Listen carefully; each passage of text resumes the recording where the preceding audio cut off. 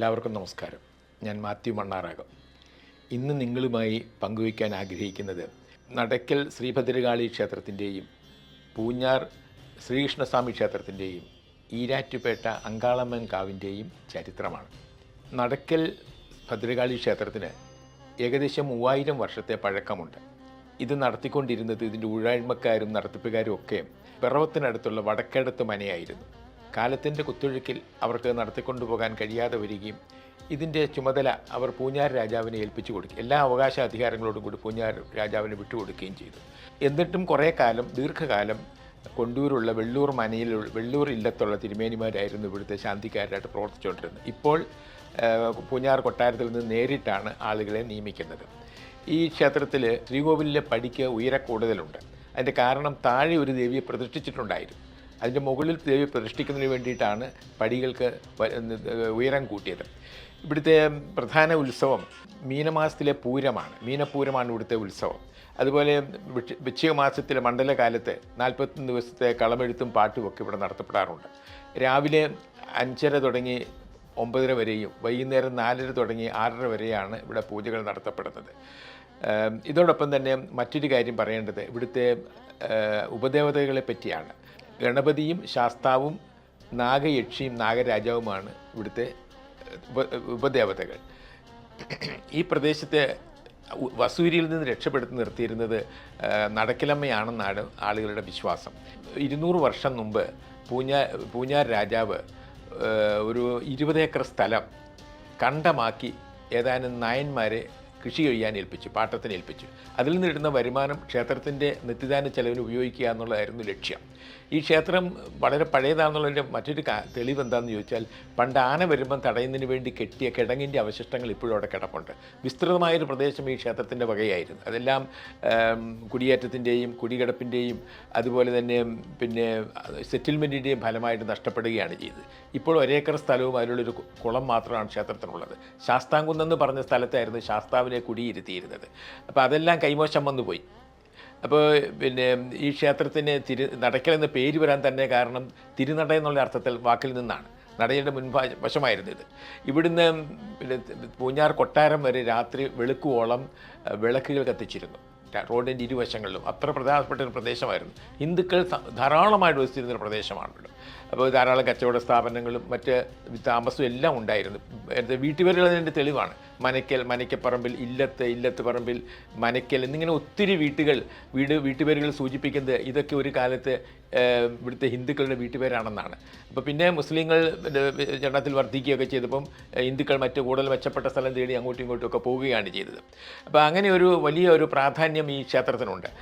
ഈ ക്ഷേത്രവും ഇവിടുത്തെ ദേവിയും ആച്ചിക്കാവിലെ ദേവിയും പള്ളിക്കുന്ന് ദേവിയിലെ ദേവിയും സഹോദരിമാരാണെന്നും ഇവർ രാത്രിയിൽ അങ്ങോട്ടും ഇങ്ങോട്ടും തേരോട്ടം നടത്താറുണ്ടെന്നൊക്കെ ഒരു വിശ്വാസമുണ്ട്. അടുത്തതായിട്ട് എനിക്ക് പറയാനുള്ളത് പൂഞ്ഞാർ ശ്രീകൃഷ്ണസ്വാമി ക്ഷേത്രത്തെ പറ്റിയാണ്. ഈ ക്ഷേത്രത്തിന് 1000-ലേറെ വർഷം പഴക്കമുണ്ട്. ഈ ക്ഷേത്രവും പൂഞ്ഞാർ രാജകൊട്ടാരത്തിൻ്റെ ഭരണത്തിന് കീഴിലാണ് പ്രവർത്തിക്കുന്നത്. ചിങ്ങമാസത്തിലെ ശ്രീകൃഷ്ണ ജയന്തിയാണ് ഇവിടുത്തെ പ്രധാന ഉത്സവം. ഇവിടെയും മണ്ഡലകാലത്തെ 41 ദിവസത്തെ കളമെഴുത്തും പാട്ടും ഒക്കെ നടത്തപ്പെടുന്നുണ്ട്. ഈ ക്ഷേത്രത്തിൽ ഉപദേവതകളാണ് ശ്രീരാമനും ശിവനും ഭഗവതിയും ഗണപതിയും സുബ്രഹ്മണ്യനും രക്ഷസുകളും. 2010 ഈ ക്ഷേത്രം പുനർനിർമ്മിച്ചത്. ഇവിടെ ശ്രീകൃഷ്ണന് നിത്യപൂജയും മറ്റ് പ്രതിഷ്ഠകൾക്ക് നേദ്യവുമാണ് അർപ്പിക്കുന്നത്. ശ്രീകൃഷ്ണ ജയന്തി ഏറ്റവും ഭംഗിയായിട്ട് നടത്തുന്ന ക്ഷേത്രങ്ങളിലൊന്നാണ് ഇത്. ധാരാളം ആളുകൾ വന്ന് പ്രാർത്ഥിക്കാൻ വരുന്നൊരു സ്ഥലമാണ്. പിന്നെ ഇതിനോടൊപ്പം തന്നെ മറ്റൊരു കാര്യം പറയേണ്ടതായിട്ടുള്ളത്, ഇത് 1910 ഈ ക്ഷേത്രം പുതുക്കി പണിയുകയുണ്ടായി. 1967 തുടങ്ങി 70 വരെ ശാന്തിയായി ജോലി ചെയ്തിരുന്ന ആളാണ് നമ്മുടെ സുപ്രസിദ്ധ സംഗീതജ്ഞനും ഗായകനും നടനും സംവിധായകനുമായ കൈതപ്രം ദാമോദരൻ നമ്പൂതിരിപ്പാട്. അദ്ദേഹം അന്ന് താമസിച്ചിരുന്നത് പൂഞ്ഞാർ കൊട്ടാരത്തിലാണ്. കൊട്ടാരത്തിൽ താമസിച്ച അന്ന് ഭവാനി തമ്പുരാട്ടിയിൽ നിന്നാണ് ഇദ്ദേഹം സംഗീതം പഠിച്ചത്. സംഗീതത്തെ പറ്റി അദ്ദേഹത്തിന് ഒരു ഗ്രാഹ്യവും ഉണ്ടായിരുന്നില്ല. സംഗീതം പഠിച്ചു, പ്രഗത്ഭ സംഗീതജ്ഞനായി. കാരണം ഭവാനി തമ്പുരാട്ടി തിരുവനന്തപുരം സ്വാതി തിരുനാൾ സംഗീത കോളേജിൽ നിന്ന് ഗാനഭൂഷണം പാസ്സായ ആളാണ്. പൂഞ്ഞാറുമായിട്ടൊരു വലിയ അഭേദ്യമായൊരു ബന്ധം കൈതപ്രം ദാമോദരൻ നമ്പൂതിരിക്കുണ്ട്. ഈ തമ്പുരാട്ടിയുടെ ഭർത്താവാണ് സുപ്രസിദ്ധ വേദാന്തിയും അതുപോലെ ജ്യോത്സ്യനും സംഗീതജ്ഞനുമായ മിത്രൻ തിരുമേനി. അപ്പോൾ അങ്ങനെ ഒത്തിരി പ്രാധാന്യം ഈ ക്ഷേത്രത്തിനുണ്ട്. എനിക്കിനി അടുത്തതായി പറയാനുള്ളത് ഈരാറ്റുപേട്ടയിലെ അങ്കാളമ്മങ്കാവിനെ പറ്റിയാണ്. ഇതിന് 2500 വർഷത്തിലേറെ പഴക്കമുണ്ടെന്നാണ് മനസ്സിലാവുന്നത്. കാരണം വെള്ളാളർ BC ക്രിസ്തുവിന് വളരെ മുമ്പ് തുടങ്ങിയ ഈരാറ്റുപേട്ടയിൽ വന്നിരുന്നു. ഈ പ്രദേശത്തെ ഈരാറ്റുപേട്ടയിലെ പാല, തിടനാട് തുടങ്ങിയ പ്രദേശങ്ങളിലേക്ക് അവർ വന്നിരുന്നു. കച്ചവട ആവശ്യത്തിനാണ് അവർ. കച്ചവടക്കാരാണ് അടിസ്ഥാനപരമായിട്ട് വെള്ളാളർ. ഒരു ശ്രേഷ്ഠ സമുദായക്കാരാണ്. അപ്പോൾ 2500 വർഷങ്ങൾക്ക് മുമ്പ് അവിടെ കരിയുടയാർ സ്വാമിയുടെ നേതൃത്വത്തിൽ ഒരു വിഭാഗം വെള്ളാളർ അരശാറിന് തീരത്തുള്ള കാവേരി പട്ടണത്തിൽ നിന്ന് അവിടുത്തെ രാജാവുമായിട്ടുള്ള ചില അഭിപ്രായ വ്യത്യാസം തുടങ്ങി അവിടുന്ന് പലായനം ചെയ്തു. അവർ വന്ന് പെട്ടത് ഈരാറ്റുപേട്ടയിലാണ്. ഈരാറ്റുപേട്ടയിൽ വന്നു കഴിഞ്ഞ കാടും മേടും എല്ലാം താണ്ടിയാണ് ഇവിടെ എത്തിയത്.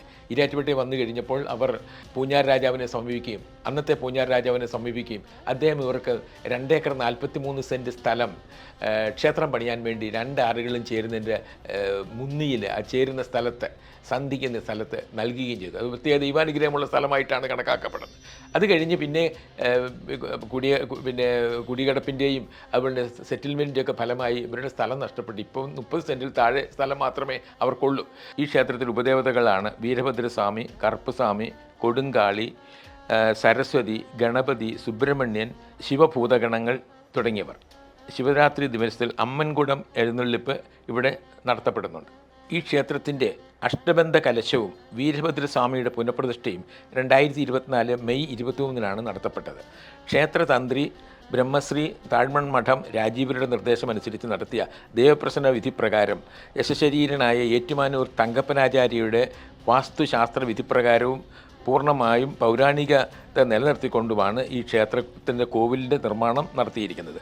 നവീകരിച്ച ക്ഷേത്രക്കോവിലിൽ അങ്കാളമ്മയുടെ അഷ്ടബന്ധ കലശവും വീരഭദ്രസ്വാമിയുടെയും ഗണപതി, സരസ്വതി, സുബ്രഹ്മണ്യൻ, ബാലഗണപതി എന്നീ ഉപദേവതകളുടെയും പുനഃപ്രതിഷ്ഠയും 2024 മെയ് 23 നടത്തപ്പെട്ടു. രാവിലെ 5:30 മുതൽ 10 വരെയും ഉച്ചകഴിഞ്ഞ് 5 മുതൽ 7 വരെയുമാണ് ഇവിടുത്തെ പൂജാസമയം. ശിവരാത്രി മഹോത്സവവും മണ്ഡല മഹോത്സവവും നവരാത്രി മഹോത്സവവുമാണ് ഇവിടുത്തെ പ്രധാന ഉത്സവങ്ങൾ. ഈ ക്ഷേത്രത്തിൻ്റെ പുനഃപ്രതിഷ്ഠാ ചടങ്ങിനോടനുബന്ധിച്ച് ഒരു സാംസ്കാരിക സമ്മേളനം നടക്കുകയുണ്ടായി. അതിൽ അരിയുത്രപ്പള്ളിയുടെ വികാരി റവറൻ ഫാദർ സെബാസ്റ്റ്യൻ വെട്ടുകല്ലിലും ഇമാം കൗൺസിലിൻ്റെ ചെയർമാൻ ബഹുമാന്യനായ നദീർ മൗലവിയും അടക്കം നിരവധി പ്രമുഖർ പങ്കെടുക്കുകയുണ്ടായി. ഇത്രയുമാണ് എനിക്ക് ക്ഷേത്രങ്ങളെപ്പറ്റി പറയാനുള്ളത്. ഇനി ശുചിത്വത്തിൻ തിളക്കം ഡേഫിക്സിലൂടെ. Home born introducing Dayfix dish wash cake and dish wash gel. Experience the quality and shine of Dayfix. പണയം വെച്ച സ്വർണം തിരിച്ചെടുക്കാനാകാതെ നിങ്ങൾ വിഷമിക്കുന്നുവോ? ഉടൻ വിളിക്കൂ Alappad Gold, near Reliance Trends, KK road, Mundakkayam. IT Future MKK Tower near KSRTC bus stand, Erattupetta. Emerge eye and ENT hospital, private bus സ്റ്റാൻഡിന് സമീപം, ഈരാറ്റുപേട്ട.